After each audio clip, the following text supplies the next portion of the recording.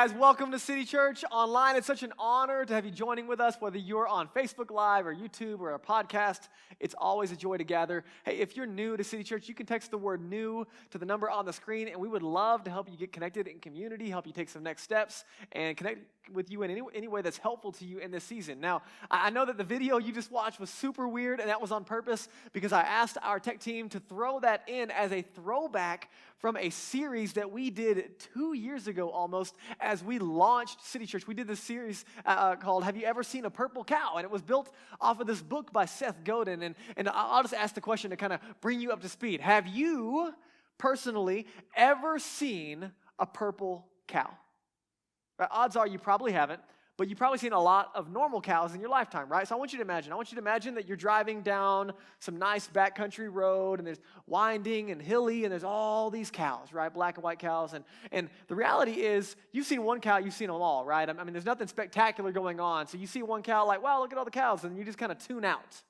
But then imagine you roll over the hill, and at the top of one of the hills, in the middle of all the black and white cows and brown cows and black cows, there is a purple cow. What do? First of all, you like double take and then maybe triple take because your eyes are just bugging out on you, and you're like, no way. You stop the car immediately. You jump out, you grab every device you can, you're taking pictures and videos, and if you're smart, you're doing everything you can to load that cow up into your vehicle so you can sell it on eBay. I mean, it's a big deal, right? I mean, if you found a purple cow, that would be what? That would be truly remarkable. Because normal cows, right? We see them all the time. But a purple cow would be truly remarkable. The premise of Seth Godin's book and the whole idea behind our series was, what would it take to be a part of a truly remarkable church, right? And you can put this in any category of organizations, right? Like a lot of other cows, right? They all kind of fit in. And so all these other churches, what makes your church stand out? What would it look like to be a part of a truly remarkable church, or to be a part of a truly remarkable organization if you're not using it in the context of church? Now, here's what Seth Godin says about the purple cow concept. He says that remarkable products, truly remarkable products or organizations, they are often controversial and outrageous. And the second that I heard that, then he asked the question. He said, what would a really controversial and outrageous version of your product look like, or your organization look like? And I was like, well, the good news is, that's Jesus in a nutshell, right? Like, Jesus was just controversial and outrageous in the way that he loved, in the way that he lived, in the way that he served, in the people that he included in his life, the things that he did. He didn't fit into anyone's box, and it was amazing. The way that he loved was truly remarkable. Now, you transition this and you push it forward. You say, okay, what does it look like to be a part of a truly remarkable church? Well, Jesus starts the church, right? The church is like Jesus' idea, in case you didn't know. And the problem with church is that we have an idea. When we think of church in the Western culture, there's this mindset created that when we hear the word church, we immediately think of a location. We typically have geographical data that points us to four walls and a place that you gather, which is cool, but that's actually not at all what Jesus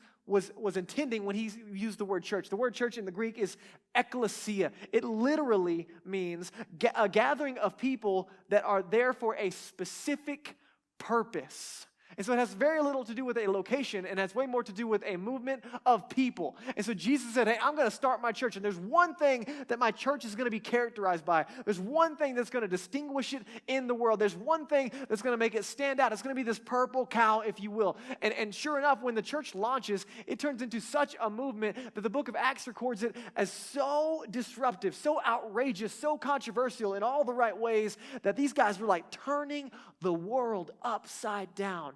And Jesus said, this is the one thing that's going to make all the difference when it comes to being a part of a truly remarkable church. Check this out in verse 34 of John chapter 13. Jesus said, a new command I'm giving to you, that you love one another. You're like, cool. Yeah, like golden rule. Let's do that. No. Listen what he says.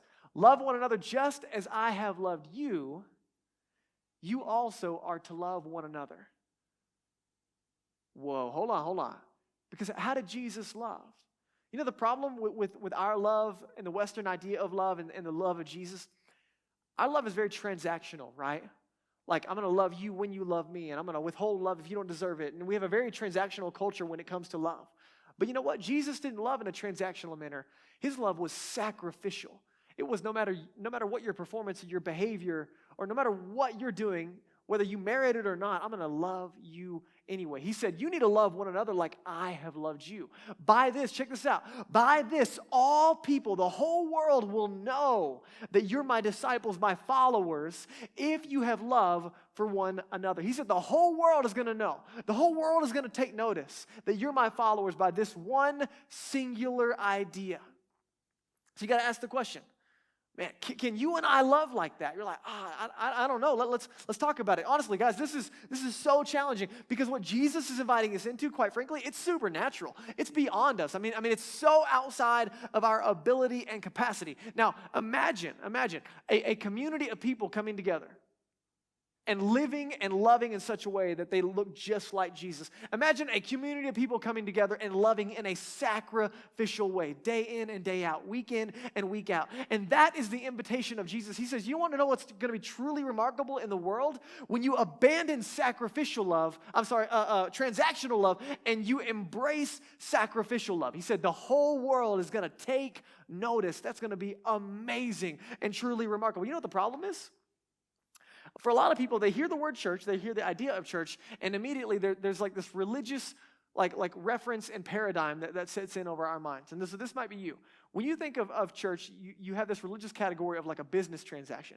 It's like the least amount I can put in and the most out. One of my friends I was talking to this week, and he was like, for my family, we just like would go to church on the weekends, and it literally affected nothing else ever.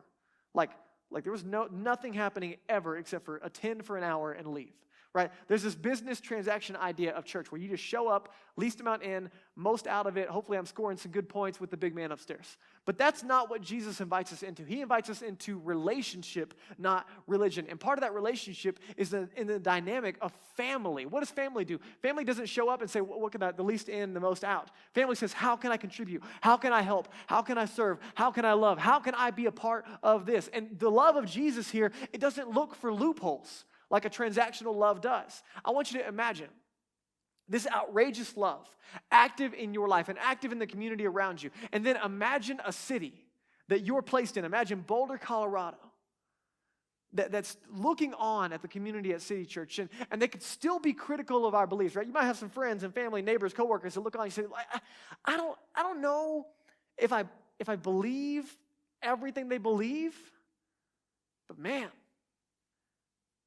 the way that they love, there's something going on there. Imagine a world that could still be critical of our beliefs, but is envious of our love. That is the invitation from Jesus when it comes to community. And listen, guys, you know this. The world is watching. Maybe for you, you've been watching. You're making your decisions about Jesus in church because you've been watching, and there's this internal dialogue and this internal question on your mind consistently. And it's this: are those people smoking what they're selling? Right? Do they actually believe it? Are they actually living it out? And you know the problem most people run into? Is the answer is no. They don't live and love and serve like that. Francis Chan articulates it this way. He said, man, in many cases, what's really sad is that gangs in urban contexts look more like family than the local church does. Right, think about it. Why is gang life so attractive in an urban context? You take all these kids who have no family, they have no support, they have no structure around them for love and community, and then gang pops in. What's the attraction? It's not the violence. It's not substance abuse or any of those. What is it? It's that gang functions like family. Right? Gang is there for you. Gang has your back. And Francis Chan says, man, there's a lot of churches that gang looks better than they do when it comes to the family concept. Now, let's flip this. Imagine if people started to treat gang like some of our current people treat church in the Western culture. Right? Imagine, hey, how was gang this week? Oh, we were running a little late, and so we only caught we were only there for like half a gang, but what we God was pretty good from gang. Yeah, it was good. Yeah. Oh, hey, are you going to gang this week? Oh, man, we're going to be in the mountains, and so we probably won't catch gang this week, but we'll see you at gang probably in a month or so. Or oh, hey, man, did you catch gang this week? How was it? Oh, I slept in and I didn't make it, but I'm going to catch gang on the podcast this week. It's going to be great. right? Like, how weird is that, right? Well, why is that weird? Because family is not something that you attend. You know this. Family is not something you attend. It's a place that you belong. It's where life happens together. And so this is the invitation from Jesus. This is that truly more remarkable, amazing love that he's inviting us into. And so here's my invitation for you. No matter where you are tuning in on this online platform, I want to invite you. Welcome to gang, okay? You're invited. You're invited. Now, let's talk about this relationship for a second, because this really, really matters. The entire New Testament, the life of Jesus and all the books in the New Testament, all the historical data that we have, there's not one point in the entire New Testament that knows anything about following Jesus separate from community. You can't find it. It's always connected to community. And so we're going to talk about the value of community today. But listen, but before we do that, I need you to hear me. Because as we start to dream about a remarkable church, as we start to dream about just being in this incredible community, loving one another like Jesus loved us, and loving the world around us, I mean, that's exciting stuff. But I need you to hear me on this. This church, City Church, cannot change your life. No matter how remarkable things become, this church cannot change your life. Religion cannot change your life. Only Jesus can change your life. So I just want to get it from the start, right? That the dynamic, what Jesus invites us into, our capacity to love others like he loved us, it's not possible outside of a relationship with God. And so Jesus invites us first into a relationship with God by trusting in him, believing that he was who he said he was, and he can do in our lives what he said he would do. That he was crucified on a cross in our place for our sin, that he was buried, that he rose again in 3 days, a resurrection from the dead to make us right with God, to forgive us of sin, and to make us completely new. Okay, but here's the reality. Let me show you specifically what Jesus invites us into so you can really get your hands on it. John chapter 1, look at this. This is amazing.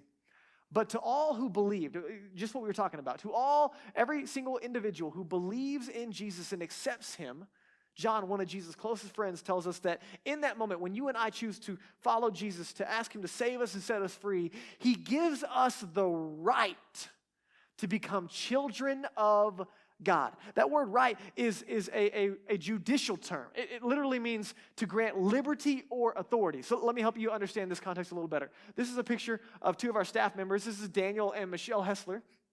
And this is the day that they had the privilege of adopting two of their little girls. And what's amazing is Daniel and Michelle did foster care for a while, and they would have lots of kids in and out of their homes, and then they had the opportunity in this scenario to adopt these two little girls right here, Abigail and Addison, and they're way bigger than that now. They're super cute in this picture. They're still cute today. But it's really cool to look back, and in this moment, the judge in this room, the day that they adopted Abigail and Addison, the judge in this room made a declaration that these two little girls have the right to be called children of Daniel and Michelle Hessler. It means that they're not subpar, they're not secondary to the family. Everything that belongs to Daniel and Michelle belongs to these two little girls. Everything that they have access to, these two little girls now have access to. Now, this is what John is telling us about Jesus. The moment that we choose to follow Jesus, the moment we choose to trust Jesus with our lives, we are then called sons or daughters of God. We are adopted into the family of God. We are given the right to be a part of the family of God. Here's what that means. That everything that belongs to him belongs to me, and it belongs to you. I mean, this is amazing. Watch how in Romans 8, Paul says it. He says, you have not received a spirit that makes you fearful slaves. Some people, man, when they hear about a relationship with God and they think about Jesus, their mind goes to fear. But Jesus said, man, no, it's way better than that. Instead, it's not fear. You receive God's spirit when you're adopted as his own children. And now we call him, listen, Abba, Father. That word, it's a term of endearment. It means daddy. I mean, we're talking about close relationship. And then this is amazing. Verse 16, for his spirit joins with our spirit to affirm, to give us confidence that we are God's children. That everything that Jesus had access to through the Father, we have access to. All the power to live the life that Jesus invites us to live.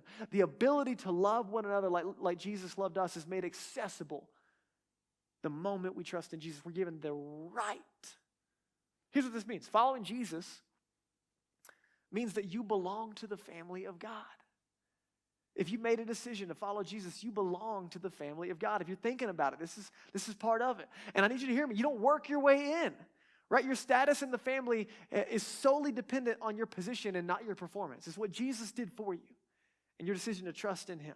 The problem is we get excited about the idea of being children of God. We get excited about the idea of being adopted into God's family and having access to everything that God has until we hear that God's got other kids, right?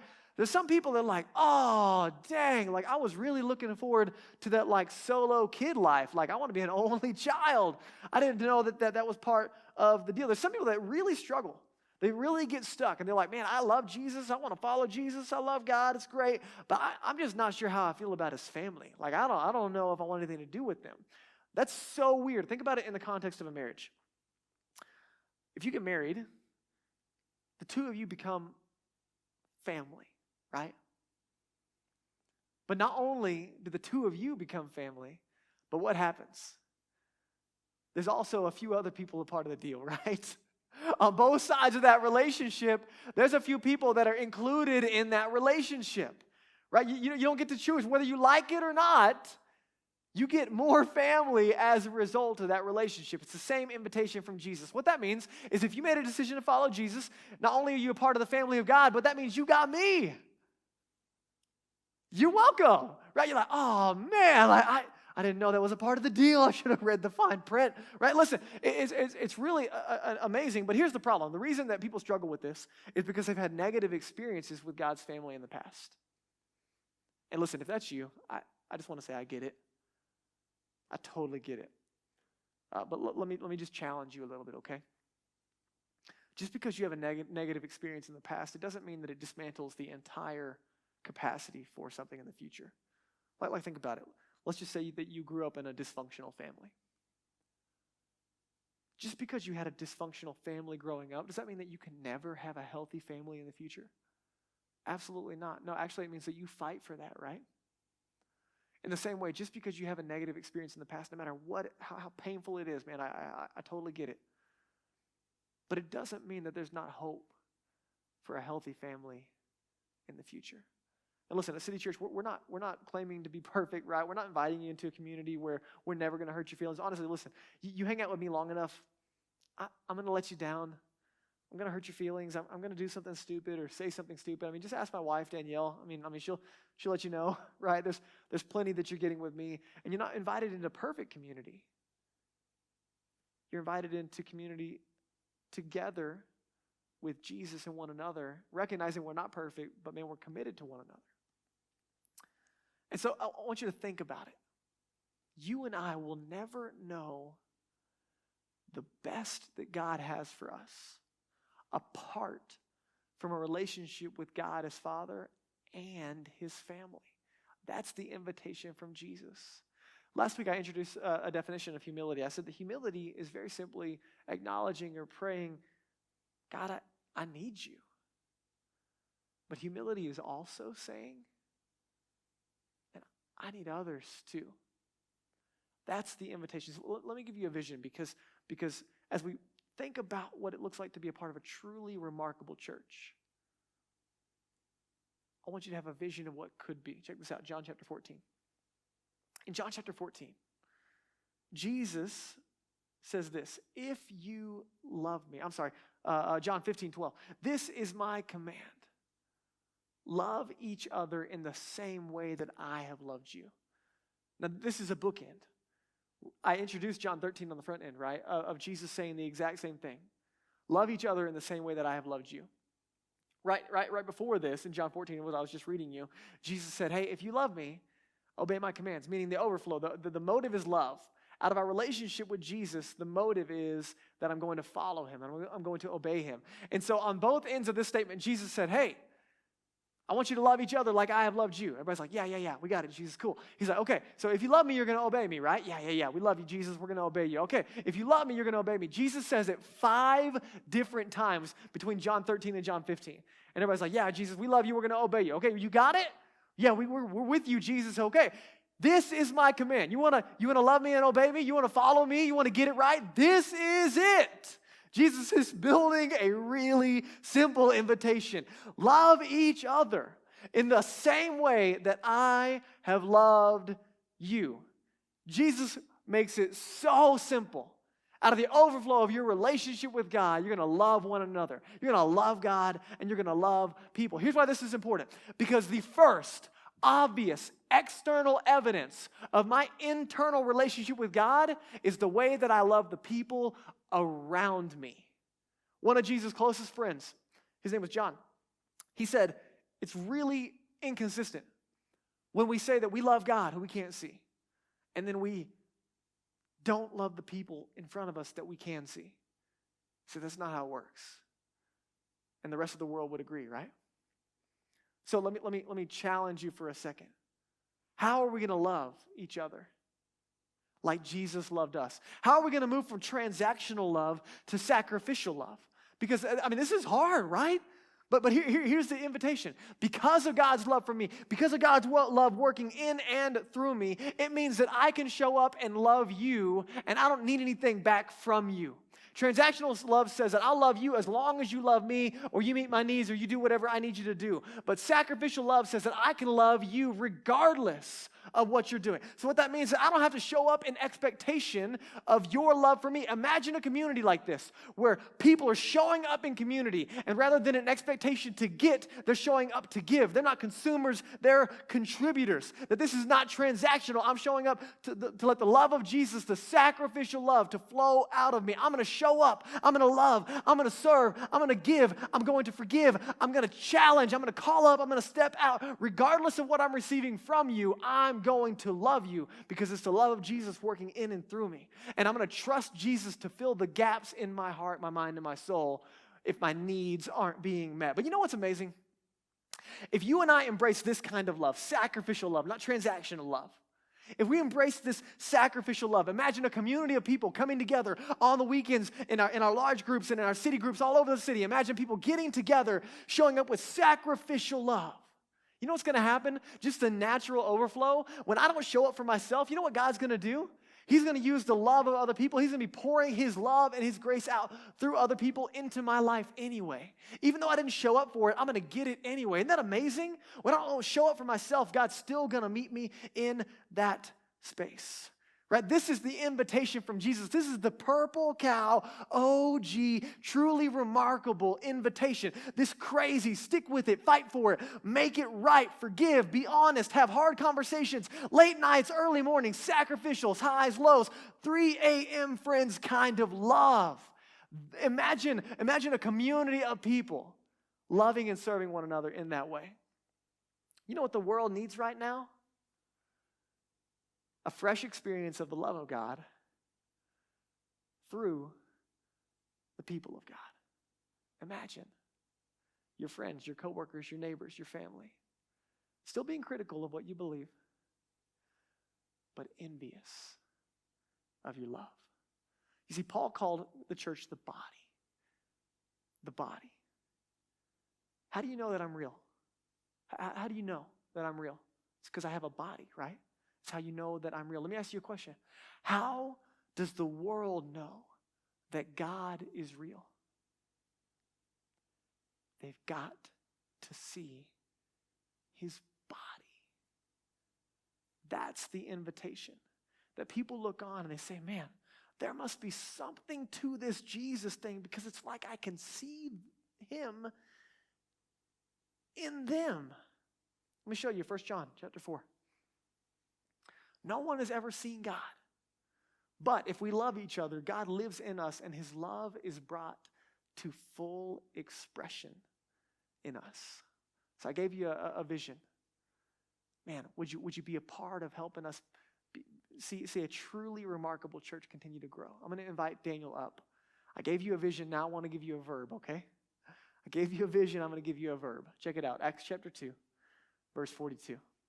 All the believers, this is right when the crazy, amazing, sacrificial, loving church launched. All the believers, all the followers of Jesus, what did they do? They devoted themselves to the apostles' teaching and to fellowship, that's the family, that's gathering together, to sharing in meals, including the Lord's Supper, except for during COVID, and to prayer. Check this out. And he goes on in verse 46. And he says, that they worshiped together at the temple. That's the average day expression of our weekend gatherings. And each day, they met in homes for the Lord's Supper. That's today's expression of our city groups every week.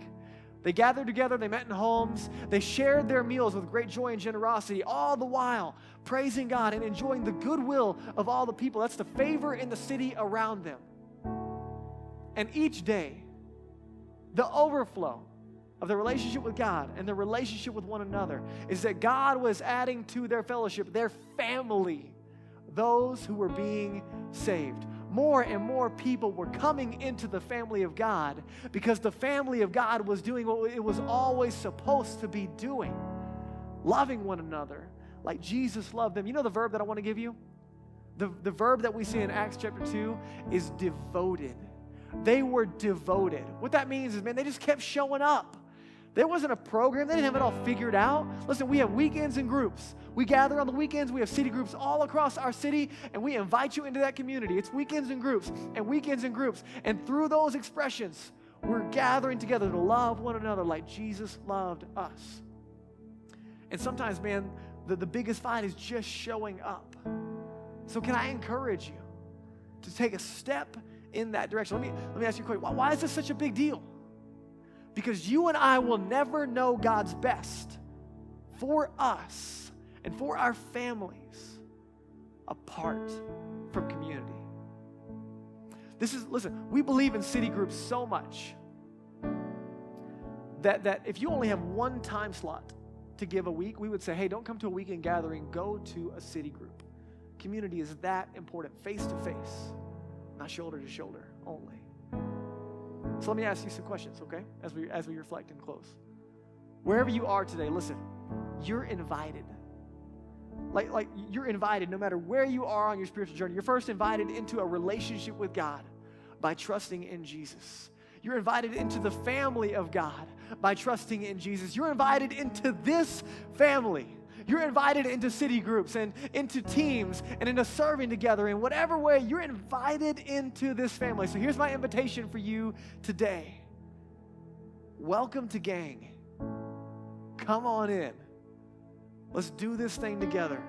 And listen, if you've been plugged into City Church for a while, I just want to say thank you. If you've been serving, thank you. If you've been gathering, thank you. If you've been giving, thank you. And let me just challenge you a little bit. What does it look like to grow in our devotion to this thing? Ask yourself this question. How am I showing up when I gather in small group and in large group? Ask this question. If everyone showed up like me, what would our church look like? If everyone served like me, if everyone gave like me, if everyone talked like me, if everyone carried my body language, if everyone carried my spirit, if everyone engaged their neighbors in the same way that I did, if everyone spent time with Jesus like me, what would City Church look like? Because here's the deal. There is no purple cow without you. But I believe that Jesus is creating something truly remarkable, and he's just getting started. So let's all take a step in that direction. Let's be devoted to one another. And listen, if you're not a follower of Jesus and you've never made that step to trust in him, listen, the best decision you can make with your life is saying, Jesus, I believe in you, that you died for me, that you rose again, to adopt me into the family of God and to make me completely new. And that, my friend, starts a journey of not just being a part of a relationship with God, but all the benefits of God's family. So over this next week, let's pray this prayer together. God, what's my next step? Right now, what's my next step? As you sit in that, as soon as you hear what you're supposed to do it. We'll see you next week. Thank you so much for watching. We would love to connect with you and help you take next steps in whatever way is best. Just text that number on the screen and our team will be sure and follow up with you.